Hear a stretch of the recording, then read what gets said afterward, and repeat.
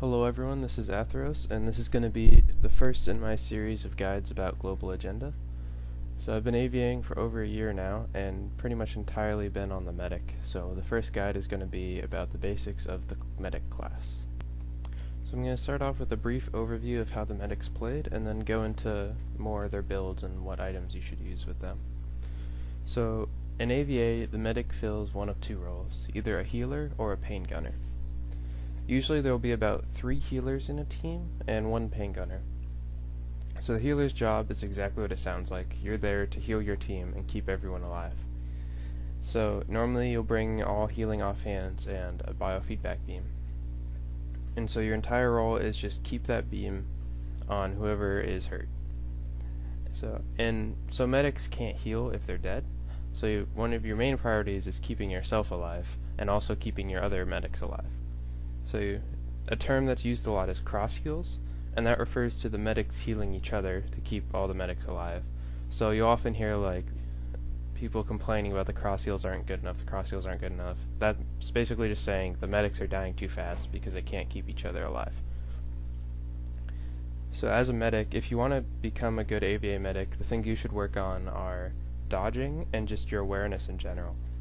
So you should be able to know where everyone on the enemy team is and where everyone on your team is, so you can keep your assaults between you and the enemy assaults, so that they can absorb fire for you. And you should be able to just dodge around and try to dodge as many bullets as possible to stay alive. As a medic, offhands are extremely important because popping a heal wave can completely save the life of someone who would otherwise die. So you want to be really careful using your offhands and not waste them randomly. If there's no real threat of someone dying and there's no poisons, you really should not be popping offhands. Only use them either to cure poison or to save someone's life.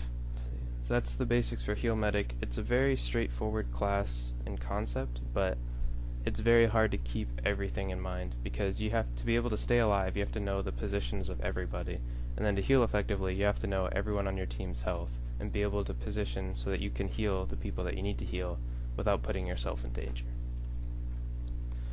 So the pain gunner is very different. Instead of healing people, his job is to assist the damage and to assist his team in killing.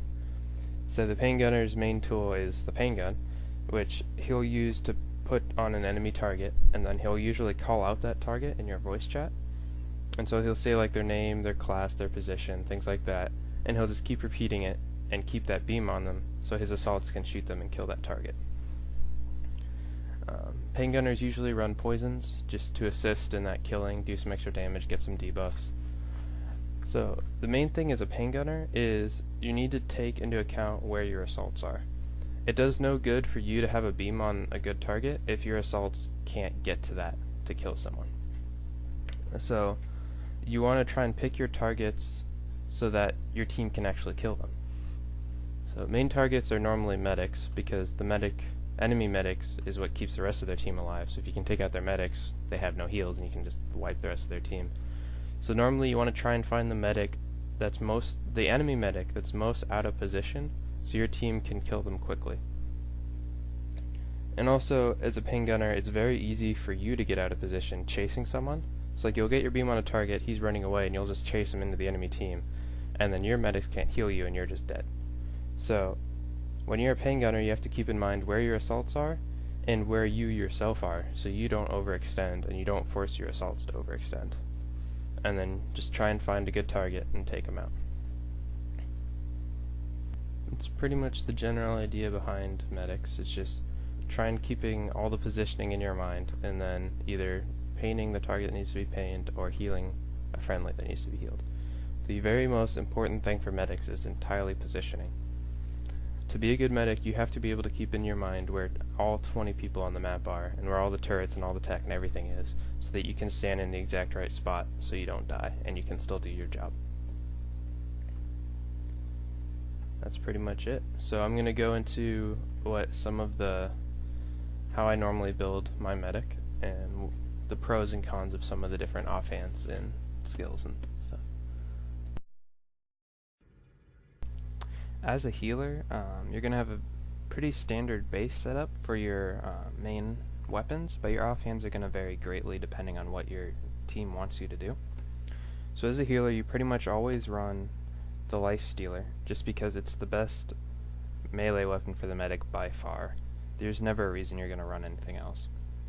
The range weapon doesn't really matter, since you shouldn't be using it ever. And then for your specialty, you want the Biofeedback Beam. This beam gives the best heals in the game, and it also allows you to heal yourself while healing others. So it allows you to stay alive and keep your entire team alive. This is the most important thing you can get as a medic. When you're leveling up an account, I strongly recommend the first epic item you buy to be a Biofeedback Beam, and the first OC item you buy to be the Biofeedback Beam. Pretty much everyone runs healing mod on it, though I've seen power mods as well, just so you are able to have more power to dodge and you can keep your beam on longer. I greatly prefer the healing mod though, because it gives you much better burst heal. You can get people back up faster. For jetpack, every class you want to run the Crescent if you can get it. Oops. So for offhands for the heal medic, some of the main ones you'll run are the Healing Grenade, the Healing Wave, the Protection Wave, or the Triage Wave.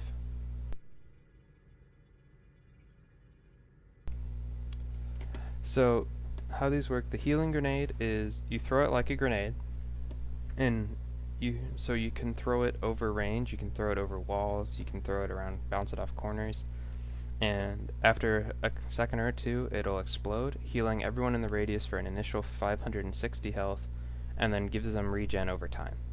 And this also cures poisons right when it goes off, so it's very useful because you can hit your entire team with it, and you can hit them from far away, so you can stay back where it's safer and then throw a grenade to heal them and cure them. The Triage Wave is a very burst heal that you want to use when your targets are low health, because if it does a bunch of healing instantly, and then if you hit a unit that is below 25% health, they get bonus effects. I personally don't run Triage Waves that much because there are rarely times where there are multiple people below 25% health, but it is a very good wave to run and you usually have at least one of them in your team. Another commonly used offhand is the Heal Wave, which is like the Triage, and that's a very powerful burst heal, and these waves are both centered around your character, so you'll hit everyone within a few feet of you, or within 45. And so the Heal Wave is it's the same amount of healing, but instead of giving the bonus for low health targets, it cures all status effects in the area. So most teams will run 2 or 3 healing waves just because the cure is so useful. And then as a healing medic, your boost should always be the healing boost, just because it gives a lot of healing to your entire team.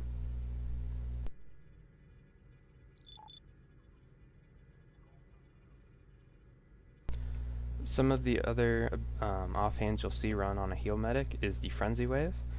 This does a little bit of healing, but its main use is the 25% damage buff for everyone in the area on your team. So this isn't run that often, but what it does is when your team's trying to focus down a hard target, you can pop this and then suddenly your team's doing a lot more damage and just burst them down. This is an offhand that I run a lot personally, is the Protection Wave. And it makes everyone on your team a lot tankier. It gives them all 10% protection for 7 seconds. So I like to have several of these on a team, so you can just keep them up as much as possible, making your team a lot tankier than the enemy team. And then there's also the Neutralize Wave, and this removes all positive effects on the enemy team. So like it'll remove, if their team's using Frenzy Waves, Protection Waves, Nanites, it'll remove all those. And it also remove assault shields, like their range shield. So what's often really fun to do is if you use a Vindicator, the enemy will often pop AoE shields and drop in front of it to try and make the Vindicator kill itself. But if they do that, you can just pop a Neutralize Wave, get rid of all their AoE shields, and then they just die instantly. And then another thing that heal medics sometimes run are Nanite guns, and there's several of these. There's the Adrenaline gun, so Nanite guns work, you shoot your teammate, and then it gives them an effect over time. It does a little bit of heal initially, and then it gives heal over time. There's the Adrenaline gun, which will increase their max HP, So this one's fun to use because if you can keep it on as many teammates as possible, your other medics with the biofeedback beams can give them an extra health for a long amount of time. And then there's the enhancement, nanite enhancement, which gives healing over time and then also gives a damage buff. So oftentimes poison medics will actually run this, but it's still useful to have. And then there's the nanite restoration, which gives healing over time and power over time. Nanites are not run very often these days, but they're still pretty useful to have. The reason biofeedback beam is run more often is because the sustained heal is so much higher. Because if you hit someone with a nanite, you can only do 146 health per second, because that's the healing is done divided by the time. So that's how much it does per second. That's it.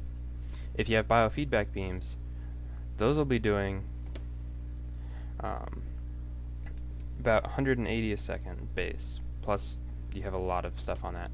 But you can stack those. You can have 3 medics all using 1 beam on 1 person, and then that's just ridiculous amounts of healing.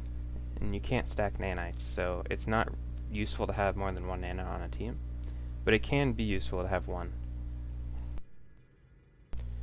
For skills for the medic, there's a lot of different ideas on what you should be doing. This is how I run my heal medic.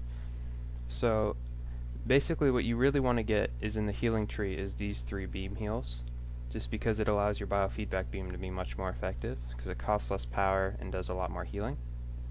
Other than that, it's kind of up to you.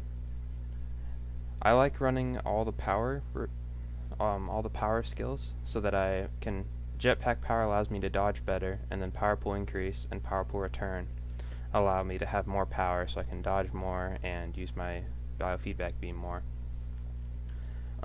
And then you have to have at least 3 points up here to be able to get to power return, so that's why I also run passive protection to allow me to stay alive better. Though occasionally I'll run team boost increase to get my healing boost faster. That's sort of like an opinion thing. And then the healing tree, this varies greatly between the different medics. Everyone runs something slightly different. Personally, I like heal durations because I'll usually run heal grenade, and so this allows my heal grenade to be much more effective. And it also makes your buffs last longer, because I like running a heal grenade and a protection wave, so I can keep my buff up and keep the healing up for the maximum amount of time. And then I also run group heal size, so that the area that my waves and my grenades hit is much larger, so I can hit more people. So then there's also group heal effect, which makes your group heals better. There's faster regeneration, which is sort of frowned upon because all it does is help yourself, though it does to help you keep alive. So if you're dying a lot, you might want to take it. And there's buff enhancement, which is it seems like it'd be very good, but it only affects a few buffs. It only affects power pool and damage buffs, so from the power wave or the frenzy wave for group heals. And then for targeted heals, which would be a nanite gun, it boosts all those buffs. So you really only want to get this perk if you're running a nanite. And then there's group heal savior, which acts a lot like the triage wave, where if you hit people below 25% health, you give them bonuses. In this case, it gives protection and ground speed. So if you're running a triage, you might want to run this as well, because it just makes your triage that much better. And then there's clutch healer, which just reduces all your healing cooldowns, which is very good. I'm pretty sure most people should run this, because it's just 20% cooldown is a lot. And then there's passive healer, which just gives you more health, more heals, more duration on your group heals. It's a very good skill that just allows you to heal more and allows you to stay alive more. And there's super healer, which is similar, gives you health, gives you speed, takes less morale to use your boost, which is good, and it gives you protection. So this perk is very, very useful for keeping yourself alive. And if you're not alive, you can't heal, so keeping yourself alive is very important as a medic.